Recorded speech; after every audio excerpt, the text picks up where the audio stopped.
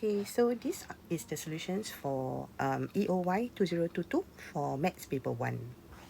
Okay, so again, this is the formula that we will need, okay, to use for our papers. Okay, so now let's move on to the first question.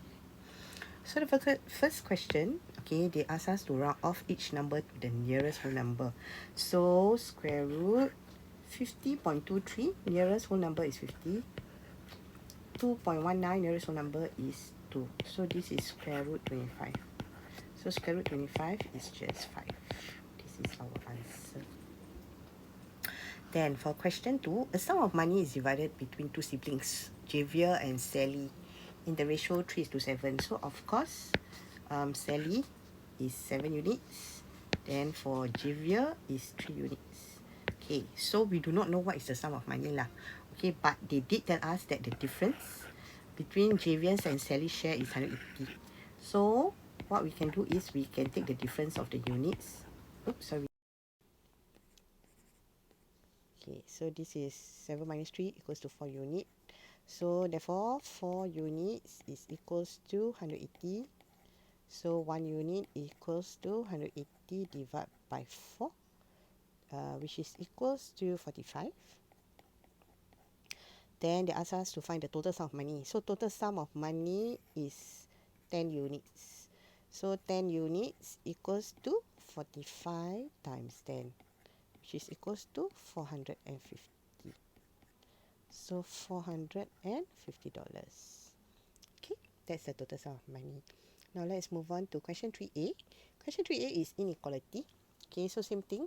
So this is plus 1 here, so we need to move it over. So negative to x, the inequality is the same, 7. Then plus 1 becomes minus 1. So this is negative to x less than or equals to 7 minus 1, 6. Now this is the part, can you see that actually there's a negative 2 here. So when you want to bring the negative 2 over to the other side of the inequality, right? Okay, the inequality will change. So first we write down our x, then 6 is here. Then since this is divide, right? Down here is times. So opposite is divide by negative 2. So we change the inequality, okay, to the other side because of this negative sign here. So x greater than or equals to 6 divided by 2 is negative 3. Then we write down the whole inequality as our answer.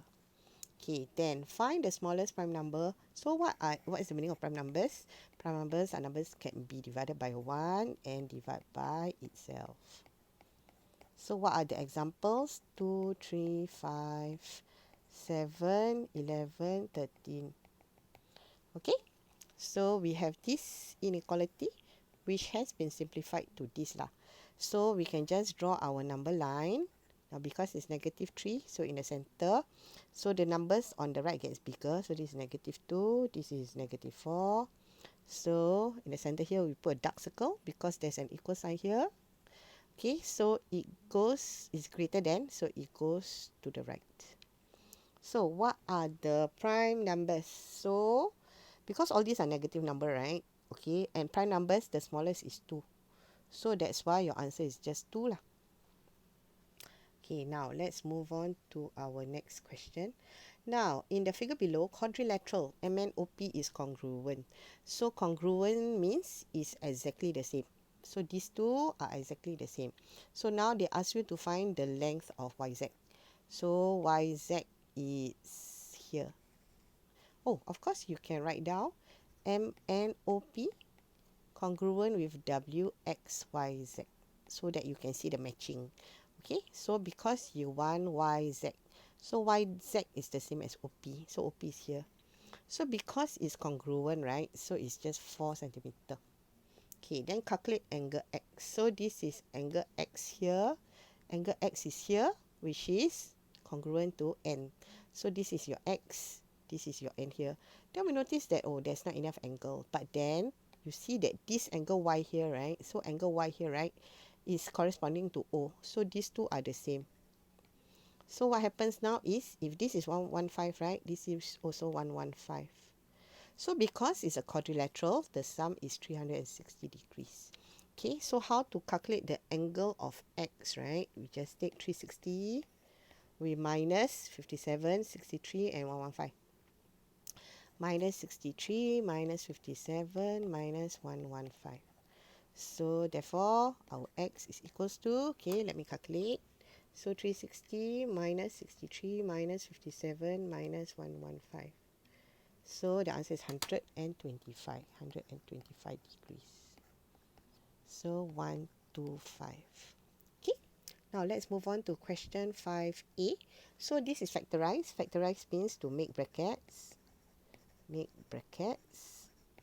So this one we use our calculator. Menu 522. Okay, so we have x1, x2 in your calculator. Of course, you can key in your A, your B, and your C. C is plus 14. So let me just do the calculation for you. 522. So it's 1 equals 9 equals 14. So my x1 is negative 2. My x2 is negative 7. Okay, so now this, this item here don't have to write down. Okay, it's not part of the working. So we need to put it back into two brackets. Now, because it's negative 2, right? So in your bracket, become plus 2. So because the variable is x, we put x in front. This is negative 7, right? So become plus 7. So this is x here. So this is my answer. Okay, now let's move on to question 5b. So you notice that, okay, the denominator is the same. So we can make use of what we have found in part A. So we just need to factorize 2x plus 14. So 2x plus 14, 2 is 2 times 1. 14 is 2 times 7. Okay, so therefore, we can factorize 2 and 2 here. So factorize 2, remaining is 1 and x. So become x plus, this one only left 7, so 7 here. Then at the bottom, we make use of this. So becomes x plus 2 and x plus 7. Okay, so after studying this fraction, right, we notice that this 2 is the same. Okay, this and this is the same. So when we see this pattern, right, what we can do is we can actually cancel off. So we can cancel this one. So what is remaining? We just write down the fraction lah. 2x plus 2. Okay, so the answer is 2 over x plus 2. Okay, of course you can put bracket if you want. Okay, but not necessary. Okay, now let's move on to the next question. Question 6. Now, arrange in descending order. So no problem, they will write down. Descending order is from big to small. So all this we need to change to decimal lah. 33% to change to decimal is 33 over 100. So it's 0.33. Then pi over 10, you just take pi divided by 10 lah. So pi divided by 10, just use your calculator. Oops. Sorry. A new one. So pi divided by 10, answer is 0.3141. This one already decimal. This is a recurring decimal, so 0.33333. Okay, so our largest number, right? Sorry. Our largest number, when we analyze, it is actually 0. This recurring decimal, so 0.3 with the dot. This is our biggest number. Okay, then our next number is this number is 33%. Okay, so this one done.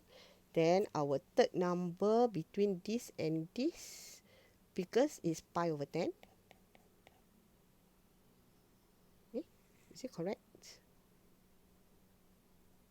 Oh, sorry, I think I made a mistake here. Okay, let's see. Okay, this one is not 0.33. Okay, so actually biggest is this one. This one is bigger than this. So this one is 0.333 and the next one is 33%.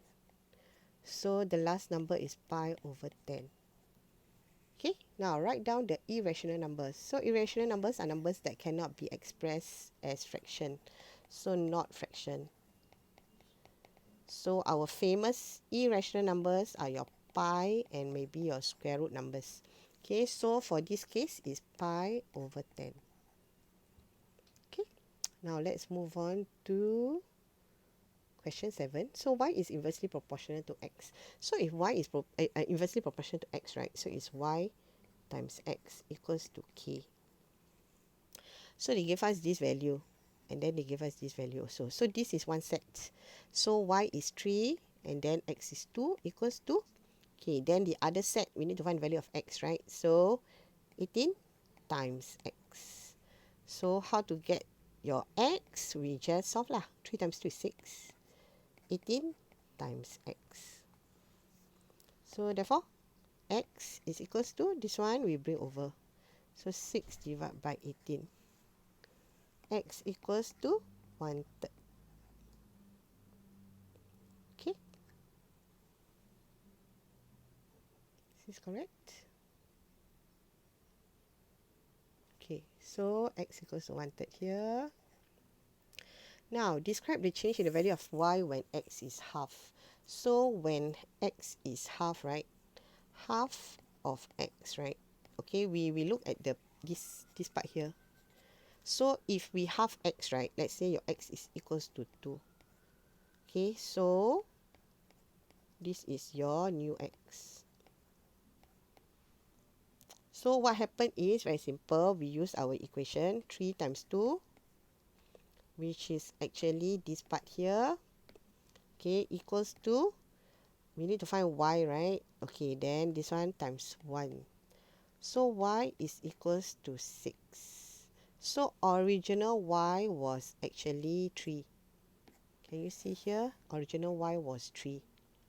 So now you see that, okay, y actually doubled. Okay, so how to describe the change? So the value of y actually doubled when x is halved. Okay, now let's move on to the next question. Okay, this is a construction question. So again, we can draw the graph first. This is PQ, and of course R is at the top. So PQR equals to 60 degrees. This is 60 degrees. PR is 7 centimeter. So this is just our plan, our graph first. So this one I'll go through with you in class. Now, question 9. Okay, so we have a fraction equals to another fraction. So very simple, we can cross multiply. So 3x minus 2 equals to 4 times 6. This is 24. So this is 3x minus 6. 3x equals to 24 plus 6 equals to 30. 3x, x equals to 10. Okay. Then let's move on to this one. This question 10 asks you to expand and simplify. So 3p remains the same. Okay. Then 2 times 3 is negative 6. Then negative 2 times p is negative 2p. Then of course we can simplify the the like terms. So got minus. So 3p minus 2p is just p minus 6. So p minus 6. Okay, then for question 10b, we need to factorize. Okay, so factorize, this is 4, this is 25. So this is the same as you have 2x squared minus 5y squared. So when you have this is the same as a squared minus b squared, factorize, you have a plus b, a minus b. So this is 2x plus 5y, then 2x minus 5y. Okay, and this is our answer.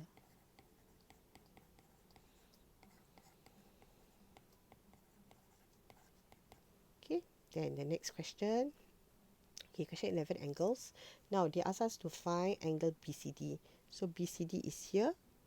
Now, because this is an alternate angle, okay, so this angle is also 40 degrees. So angle BCD equals to 40 degrees. okay, is alternate angles, okay, using AB and CD as parallel lines. So this is 40 degrees. Then the next question, they ask us to find DCE.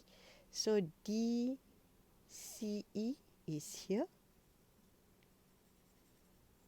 Okay, so DCE. So you notice that we can make use of another pair of parallel lines. So this angle and this angle, they are inside two parallel lines. So these are actually interior angles. They add up to 180 degrees.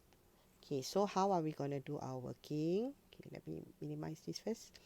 DCE, so it is just angle DCE equals to 180 degrees minus 135 degrees, which is equals to 45 degrees. So what is the reason? It's just interior angles. Then our parallel lines are CD, parallel with EF. So this is 45 degrees. Okay, then for part C, we have reflex BCE. So BCE is here. So just now we found that this is this 45. So these two angles cannot be reflex lah, because reflex angle is a very big angle. So reflex BCE is actually the outer layer here, outer angle. Okay, so this for this part here, right, to get this angle Okay, so to get angle BCE, must write down reflex. You take 360 degrees minus 40 and 45. That is 85 degrees. 85 degrees. So 360 minus 85, you get 275 degrees. Okay, then what is the reason? Angles at a point. So all these reasons you need to know because you need to include in your working. Okay, so now let's move on to the next question. So the next question, we have a line graph. The line graph shows number of egg tarts. So how many more egg tarts were sold on Wednesday than on Monday? So Monday, 300. Then Wednesday, I think it's about 560. Okay, so you just minus 560 minus 300. You get 260. So 260. Now, Mr. Lim claimed that the average number of egg tarts sold per day is at most 400. Is his claim correct? So this one we need to find the average, which is also the mean lah. So to find the average, we need to find the total lah. So this, on Tuesday, he sold 400. Then on Thursday, he sold 600. Then this part here is 500. And Sunday, he sold 0. Now, so we need to add up all the number of eggs. Okay, so to find the average, right, we need to add up 300 plus 400 plus 560 plus 600 plus 500 plus 500 plus 0 divided by, okay, how many days are there? Monday got 7 days. Okay, then now we work out our solution. So it's 300 plus 400 plus 560 plus 600 plus 1000 equals to divide by 7. We should get 408.571. 408.571. Okay, which is not true lah. Okay, Mr. Lim said that it's at most 400. He means that maximum can only reach 400, but actually it exceed to 408. So Mr. Lim's claim is incorrect.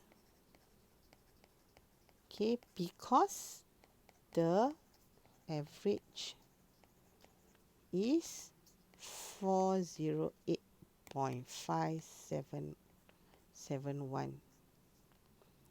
Okay, which exceeds 400.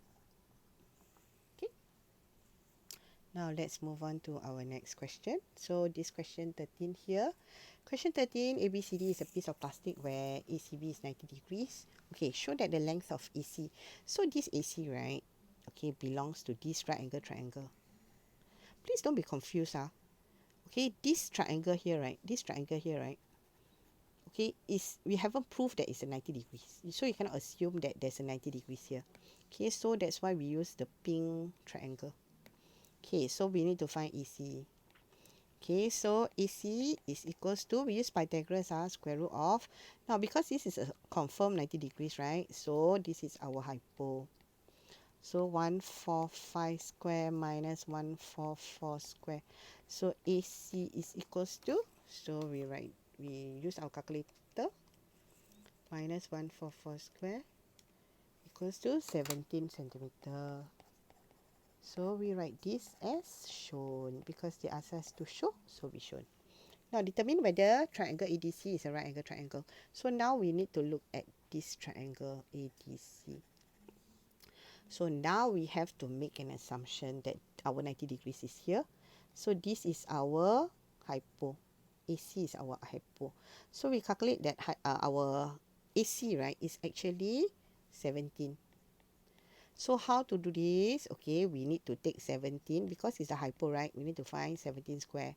Then 8 square plus 15 square. So 17 square, let's calculate.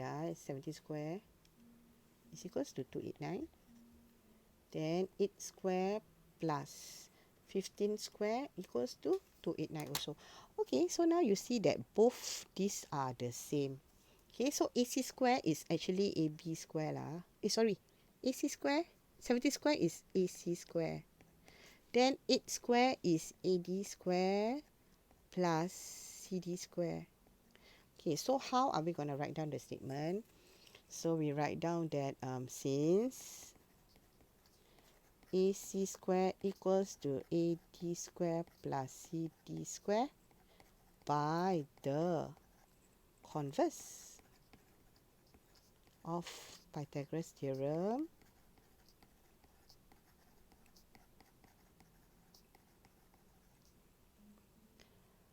triangle ADC is a right angled triangle. Okay, so the keyword must be there. You need to write down converse of Pythagoras theorem. This one need to write. Okay, so you need to remember this. Okay, so now let's move on to our next question. They ask us to find the shortest distance from C to AB. So let's erase all this. Oops, sorry. Let's erase all this. Okay, so they want from C to AB. So our shortest distance is here. It must be a 90 degrees. Okay, so for this case, right, we need to use comparing triangles, area of triangle. Okay, so you see, there's two base. Okay, we can make use of this height, which is what we want to find, and this base, because there's a 90 degrees here. Okay, there's also another pair of base and height that you can use. You can use this base, and you can use this height because there's a 90 degrees here. So how do we compare the triangles? Okay, so we write down area of triangle ABC. ABC equals to half times, we use the green one, right? 144 times 17. Okay, so this one becomes half times 144 times 17. 1224. So this is 1224 centimeters square. So we make use of that. Now we use 145 and our perpendicular. Okay, we let this be y lah. Okay, so we let this distance be y. Okay, so therefore, okay, half times the base for the yellow group, right, is 145. 145 times y equals to 1224. So y is equals to 1224. Half times 145. 145 times half is 72.5. So y is equals to 1224 divided by 72.5. So 1224 divided by 72.5. So the answer is 16.88. 16.88. So 3 significant figure is 16.9 centimeters. Okay, 3SF. Okay, now let's move on to our next question. Now this is a pyramid. Now give us a very important information at the start. Okay, it's a square pyramid. Okay, so if it's a square pyramid, they ask us to find the length of the base. So they ask us what is this length. So because it is a square, right? So area equals to 100. So to find the length, right? It is just square root 100. So you just get 10 centimeters. 10 centimeter. So this is 10.